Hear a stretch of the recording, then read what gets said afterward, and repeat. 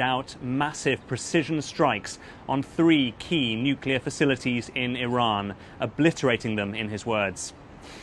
We've seen a number of explosions over Tel Aviv and Jerusalem in the past few hours after Iran launched a missile attack. Israel says a number of areas were hit in the north and center of the country, with at least 16 casualties reported. Well, Israel says a number of areas were hit in the north and center of the country, with those casualties reported, and 30 missiles in total were managed to breach the Israeli defense shield. Sirens sounded in several regions as Israel's defensive systems operated to intercept the threat.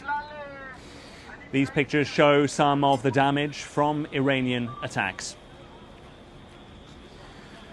Well, we'll be hearing more on that in just a moment or two, but first let's take a listen once again to President Trump. During an address at the White House, he said future attacks will be far greater and a lot easier if Iran does not make peace. A short time ago, the U.S. military carried out massive precision strikes on the 3 key nuclear facilities in the Iranian regime: Fordow, Natanz, and Esfahan. Everybody heard those names for years as they built this horribly destructive enterprise. Our objective was the destruction of Iran's nuclear enrichment capacity and a stop to the nuclear threat posed by the world's #1 state sponsor of terror.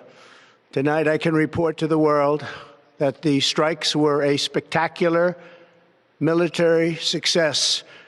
Iran's key nuclear enrichment facilities have been completely and totally obliterated. Iran, the bully of the Middle East, must now make peace. If they do not, future attacks will be far greater and a lot easier. For 40 years, Iran has been saying death to America, death to Israel. They have been killing our people, blowing off their arms, blowing off their legs with roadside bombs.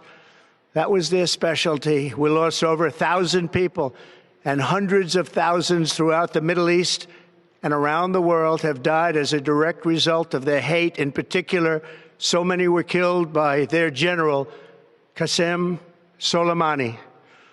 I decided a long time ago that I would not let this happen. It will not continue. I want to thank and congratulate Prime Minister Bibi Netanyahu. We worked as a team like perhaps no team has ever worked